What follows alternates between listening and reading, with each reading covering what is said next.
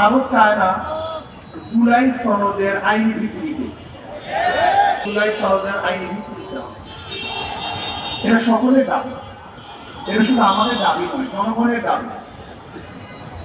কাজী এটা দিতে অসুবিধা কোথায়, কাদের ইঙ্গিতে দিচ্ছেন না?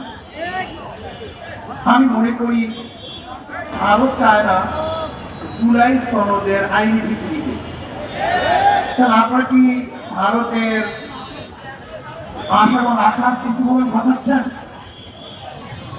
আমরা অবশ্যই দাবি করব জুলাই সনদের আইনি ভিত্তিতে।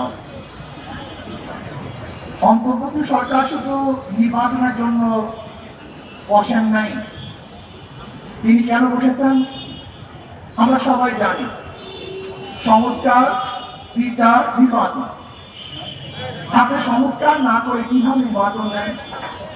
দৃশ্যমান বিচার না করে আপনি কিভাবে নির্বাচন দেন?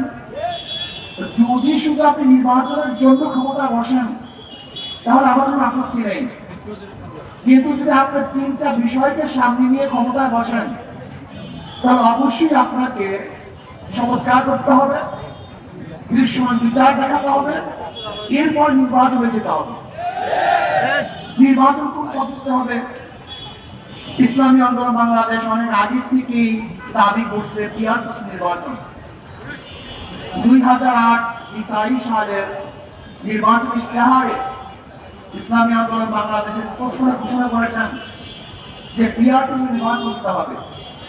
পিয়ার সিস্টেম নির্বাচনের ফায়দা কি, উপকারিতা কি, এ বিষয় ইতিমধ্যে আমার মনে হয় জনগণ বুঝে ফেলতে জেনে গিয়েছে। এমনকি বর্তমান জরিপে দেখা যায় 80% জনগণ পিয়ারের পক্ষে। পিয়ারের বিপক্ষে কিছু নাই তাই বলবো না। ঔষধ যখন সেবন করি সেখানে শিখা থাকে এর প্রতিক্রিয়া কি, সাইড এফেক্ট কি আছে। পিয়ারের ব্যাপারে দু একটা সাইড এফেক্ট নাই তাই বলবো না, কিন্তু দেখতে অধিকাংশ ভালো না মতো। যদি পিয়ারের খারাপ থাকে 1%, ভালো 99%। পিয়ারের বিপক্ষে যদি বক্তব্য দেওয়া যায় 2%, তাহলে পক্ষে বক্তব্য দেওয়া যায় 98%। পিয়ারের ব্যাপারে সবচেয়ে বড় কথা প্রশ্ন কি, তাকে ভোট দিবেন কি নির্বাচিত হবে, এটা তাদের সবচেয়ে বড় প্রশ্ন। স্থিতিশীল গভর্নমেন্ট হবে না, স্থিতিশীল সরকার হবে না। আমি তাদেরকে প্রশ্ন করতে চাই, ধরে না আজকে যে পদ্ধতিতে নির্বাচন হচ্ছে সেখানে যদি এককভাবে কেউ সন্তুষ্ট অর্জন না করে, সন্তুষ্ট না পায়, তাহলে সেই পার্লামেন্টের অবস্থাটা কি হবে? সেটা দুর্বল পার্লামেন্ট। যদি কোয়ালিশন সরকার গঠন করতে হয় সে পার্লামেন্ট তো দুর্বলই হয়। তার বর্তমান পরিস্থিতিতে পদ্ধতিতেও তো দুর্বল পার্লামেন্ট হওয়া সম্ভব। আর পিয়ার সিস্টেম নির্বাচন থেকে বিএনপি আপত্তি ঢাকারই কথা না, কারণ তাদের একজন উঁচু পর্যায়ের বক্তা বক্তব্য দিয়েছেন, উঁচু পর্যায়ের নেতা বক্তব্য দিয়েছেন যে 90% ভোট তাদের। যদি 90% ভোট তাদের হয় তাহলে তারা আসন পাবে 270-এর উপরে। তাতে একক সরকার গঠন করতে পারছে, সমস্যা কোথায়? ঝামেলা মুক্ত সরকার গঠন করতে পারবে।